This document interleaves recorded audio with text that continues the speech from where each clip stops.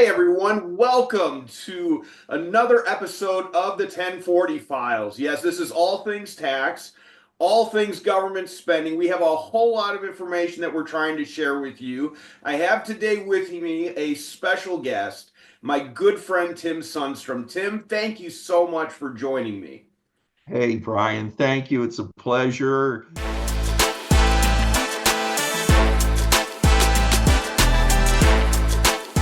Well, by the way, Tim is a CPA. He's located in Broomall, Pennsylvania. So, Tim, where is Broomall, Pennsylvania? Well, I always like to talk about it as the suburban Philadelphia area. That's right, the land of the beautiful people, Philadelphia, PA. There you And I'm go. really excited right now. So this is going to be an exciting week for us. Exactly. You got the Super Bowl. I'm assuming you're pulling for the Eagles. Oh, please assume correctly, and hopefully the Lord is on our side. I think Not he sure probably if is. people intended or Kansas City will agree, but it's kind of fun. Well, good. Well, you're going to be able to find Tim. He's going to be found online at timtaxman.com. Tim and I know each other. We have been working together through an organization called Gear Up, and where we teach continuing education to other tax professionals. Now, Tim is I don't know what we call you, Tim, the main editor of our business entities manual, correct? Yeah, and I've been called other things You've been called too. other things, and I'll write for that. Tim takes what I write and he corrects it. Tim, today what I want to talk about is something that I think confuses a lot of people. And we're really primarily talking today on individual side, but some of it's going to revolve into business. And I want to talk about tax credits, Wow. primarily tax credits for individuals. And Okay. Tim, when we talk about tax credits, one of the things I always find kind of interesting is that the government comes out every few years and they talk about tax simplification. And like a few years ago, they came out with the postcard size tax return, in which if you did your tax return correctly, it was about 500 postcards that you would send into the IRS. And Yes. of course, what they've done now is they've changed it now that line one for the W-2 now has like 10 places. I mean, it's just insane. But Yeah. one of the things that I think confuses a lot of people, and they want to take advantage of them, is these tax credits. And there's a lot of different tax credits. Again, there's the earned income tax credit. I don't want to really go into that. Of course, in Philadelphia, there's a lot of things that happen with the earned income tax credit. We've got the child tax credit, higher education credit, and clean vehicle credits, amongst a whole lot of different. I mean, there's even home energy. So let's start out. I think I want to start out and talk about the relatively new one, and that is the clean vehicle credit. Okay. Okay. So the government now is giving a credit to people if they buy an electric car or hybrid. But not Right. everybody qualifies, right? Not everybody Yeah. gets that credit. Well, absolutely. You hit it right on the head there, Brian, because here's the bottom line. It is a reincarnation of a previous credit. Okay. And what they did is in the past, you recall that Teslas, there was a credit for if you bought a Tesla. Well, as of the beginning of 24, they really reset these rules again. So once again, a Tesla can get a credit. Now, a couple of things you want to be aware of. If you're well-to-do, and I would say, you have to understand, or an early adopter, that the rules are now more complex than what they were back in the old day. So much for tax simplification. So the original rules that had people that were buying these vehicles, regardless of their AGI, they were entitled to get that credit. What does that mean, AGI? That just goes to the So, acronym. so it's a term that's used in tax a lot. It's called Okay, adjusted good. gross income. And what you really have, for the most part, it's the total of your income minus some adjustments, such as retirement plan contributions if you're Yeah. self-employed, half the self-employment tax deduction. But what you really want to do is you want to take a look or understand that number, because here's why. So the credits are starting in 23 with the following. Starting in 24, you could transfer that credit over to the car dealer as part of your down payment.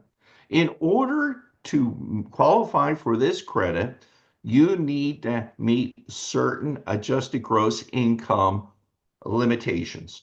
And those are, if you're filing a married filing joint return, it's got to be 300,000 or less. If you're head of household, 225,000 or less. And then if you're any other type of taxpayer, $150,000 or less. But if my income, so let's go to it married, just if my income is above $300,000, I don't get the credit. Is that what you're telling me? Potentially. So you Okay. need to be aware of this because Okay. depending upon your situation, you possibly could get your AGI below that threshold. But I Okay. want people to be aware of it because in order to get the credit, you need to meet these AGI limitations, adjusted gross income limitations, either in the year that you purchase it or in the prior year. So The hold on. first In the year I purchase it, so it's 2025, and you're right, I don't know what I'm going to make in 2025. It's, we're, January, February, beginning of the year, first quarter of the year. So you're telling me I don't know what I'm going to make, and so what you're telling me what I can go back and look at my 2024 return? correct, and that would Okay. be ideal. So there is these traps with regard to this. Now, other than that, the system is pretty set up to be foolproof for Okay. an individual. What happens is when I go and I say I purchase one of these cars that is entitled to the credit, and you've already mentioned this, you've already mentioned the fact that it's beyond just the electric vehicles, battery electric vehicles. It also includes hybrids It's and hybrids as some well. Okay. fuel cell vehicles. You don't need to know how to calculate the credit or not. You're going to be given a sales report, a seller's report. And on the seller's report is going to contain the information that you're going to need to be able to claim the credit on your tax return. So you Okay. got to have that seller's report. Okay. However, you got to be careful with the AGI limitations, especially if you're someone that's doing pretty well. Okay. You and your spouse are doing pretty well. So the first thing when I talk to my clients are, I like to look at what their AGI was for the prior year. And if it's close, I'm saying you're going to need to be careful here. You're going to need Okay. to be careful. Now, a little bit more, because we're going to talk about personal credits. Your clients are those folks that are out there using these vehicles for business purposes may be entitled to take an other credit, Okay. which will not be subject to these restrictions. It works completely different.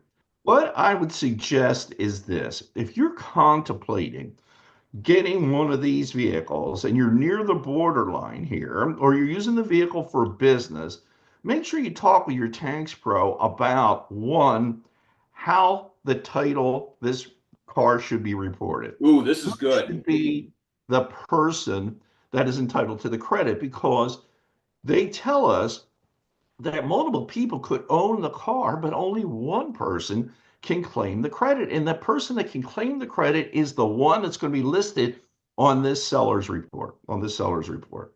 Let me bring up something that's concerned me because one of the things that we've talked about this and is there's a play here. Typically, when a husband and wife file a tax return, 999,000 times out of whatever, it is married filing joint is the way to go.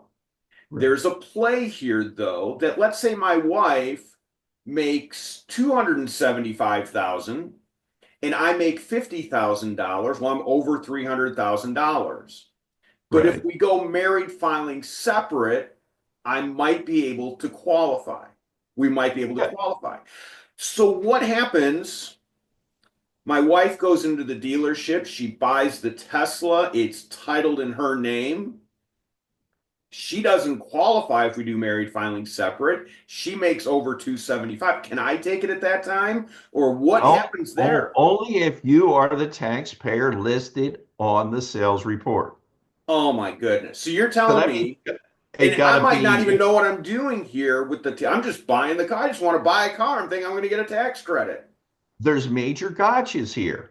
And somebody, I'm going to estimate, maybe 5% of the population is going to mess up on this. I think 5%. by Because more these, than I think a lot of people could mess up on this. I'm going to tell you, these are not cheap vehicles, folks. These Nope. are vehicles, if you're dealing with an SUV pickup truck, they're $80,000 vehicles and $50,000 or $55,000, excuse me, for everything else. So they're not cheap vehicles. And I can see, hey, I would love to get this. I'll get a tax credit. The other thing, Brian, with the title in the car, my business, Wealth Care Financial Group, is a entity. It is a S corporation. Yeah. If I were to buy this car, and because of the income limitations, I couldn't take it personally. The car needs to be titled in whose name? My S corporation for the business credit. And even though we will probably talk to it, used cars have a version of this, Brian, where you're dealing with dealer sales. Dealer sales. Now, this second credit has some severe limitations. The vehicle, you have to purchase it for $25,000 or less. It's a 30% credit up to $4,000, but the car has to come from an auto dealer. You're telling me I want to buy, and by the way, there's huge depreciation on these used vehicles, right? Because I mean, that they drop like a rock after you buy them new. You mean to tell me that I have a neighbor, I have anybody off the street, I see their Tesla, it's used, I want to buy it, my income's below the threshold. You're telling me I can't get the credit because I Well, bought it from them? yes, absolutely. So you need to buy it from an auto dealer. Wow. The other piece is that car is going to be at least 2 model years older. The limitations on this are one half of the amounts that we discussed when it came to the new clean vehicle Yeah. credit. So it's $150,000, exactly one half of what they were for the other taxpayers. So be careful with the used credit. Also, with this one, you cannot be a dependent on a return for that used credit. For the new one, I guess you could be a dependent, but then you probably run into gross income limitations, and it's kind of a non-factor, I would think. Well, if for the new vehicle, dependency is not a criteria. So a dependent technically could buy the car and get the credit. Now, here's the deal. Here it comes. What does a kid in school make? I Probably have not. a couple in school. They don't make a lot. They don't have a tax liability of $7,500 That's or more. right. So They with don't the have a tax liability, Tim. on the new credit, what you want to do is, if that's the case, the child has come into some money, that grandpa decided to give them some money and they want them to buy a car and they decide to go get a Tesla. Those are the folks that should definitely transfer the credit to the dealer in order to avoid that income limitation, because these are not refundable credits. Well, I said it's not refundable. What does that mean? Non-refundable. Okay, a non-refundable credit is a credit that you get that cannot technically generate a tax refund. All it can really do is offset your tax liability. Now, that may generate a refund, Yeah. but somebody with a zero tax liability and a $7,500 credit is not going to get any benefit on their personal tax return. So let me play devil's advocate here because I've got this devious mind. So I decide to go. I know our income's over $300,000, over 150, whatever it is, it's over the limit. And I go to the dealership and the dealer says, you get a credit. And I'm going to say, all right. And they're going to take the credit right at the dealership, right? Isn't this lovely? We're going to get car dealers into tax planning. I love this where we're going with this. We have this all the time. And so the car Yes. dealer says, all right, you get this credit, you sign, you give them the credit, you don't have to pay as much for the car. Are we good to go? Am I clean? I mean, there's no way the IRS is going to catch this, right? You are going to get a surprise, Brian. Oh, okay. Because when you file that tax return, even if you transfer that credit to the dealer, you got to bring in that sales report. And that's going to say that Brian transferred this credit and he attested that he was entitled to the credit. And if he fails to meet that, well, guess what? You're going to have to repay our friends at the Internal Revenue Service that amount. Lovely. So they really have clapped there. And as you were aware, a lot of folks like to take their auto tax advice from the car dealer. And Yeah. the car dealer is just going to want to make a sale. So I'm sorry to say that.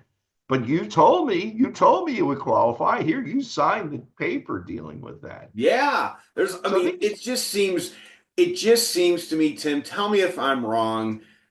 It just seems fraught with complex, which should be, in theory, relatively easy. It just seems overly complex. well, I would not say that, Brian. After all, this whole system has been designed by our friends at the Internal Revenue Service. So I'm sure that it's totally bulletproof. Everything is going to be totally smooth. And the Yeah, other we've part, seen a lot of that, haven't we? if something is wrong, such as when you take the credit and it's on a form 8936, Schedule Okay. A, it's all this information about the car, including its VIN number. So you don't get that VIN number right. Well, your tax return goes to the IRS and they say, wait a minute, we don't have this in our system. Credit denied. You owe 7,500 bucks. See, what I'm fearful of is that people won't report the whole transaction, and then they're going to get a notice 18 months later saying you owe 7,500 bucks. And that's a painful day. Yes, it is. So you need to be aware, even if you transfer the credit to the auto dealer, that's getting reported on your tax return in both those cases. Now, I don't know about you, Bry, but some of the things that my clients are already asking about is the energy credits that we have for the homes. Yeah, let's talk about that. I wanted to go there because yes, these energy credits for the home. Tell us about what's going on with these, Tim.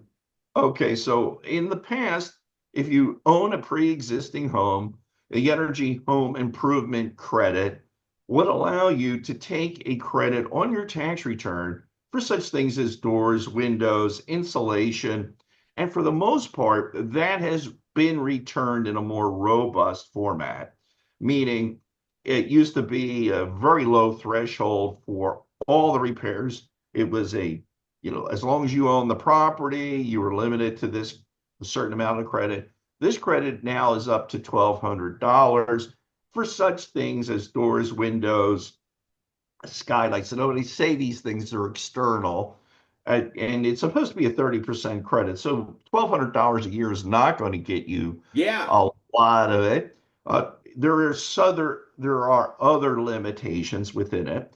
So that other limitation is for the total of the doors in any one year, it's going to be $500, $600 for windows, and it'll also give you a $150 credit for having a home energy audit. And So a home I'm energy sure, audit. Tell me about that. What's that? okay, so a home energy audit is where you have people that have been certified to go through the home that are going to make recommendations on how you can improve the energy efficiency on the home. And what this does is potentially you get a credit of $150 for that energy audit. Now, keep in mind, you want somebody good because that credit is only going to be 30% of what you pay them. So if you pay them $500, you're only getting $150 Oh, that's back. generous. So yeah, that's it.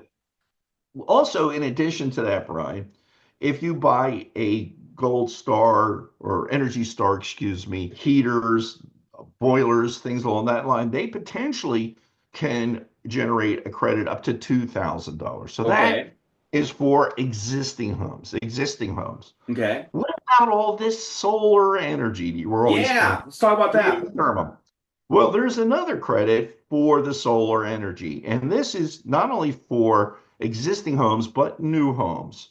And in Okay. this instance, it's a 30% credit. You get a 30% credit. Now, this one is kind of interesting. So even in backwaters, I always consider Philadelphia, we really don't get as cold, Yeah. you guys do in the Midwest. We're not as bright and sunny as the good old South. Yeah. So a lot of the solar products and heat pumps and things like that didn't really work for us until the Yeah. technology changed. But getting to the solar type and the geothermal, what this allows people to do that make these improvements to their property to take a 30% credit on the cost of that system once it is in place. The interesting thing here, Brian, I had a client that had a credit of $52,000. No $52,000. kidding. That's pretty substantial. Here's what happened. That credit exceeded the amount of their tax liability. Well, you know what? Any portion of the credit they don't get to use goes forward. You can use it on your following year So they can taxes. carry the credit forward. So you're telling me is like if they had, you said the credit was $52,000, right? Correct. So let's say their tax liability was $30,000. They'd get $30,000 back from the government. They'd have 22,000 that they can carry forward to the next year. So this Correct. is pretty darn valuable.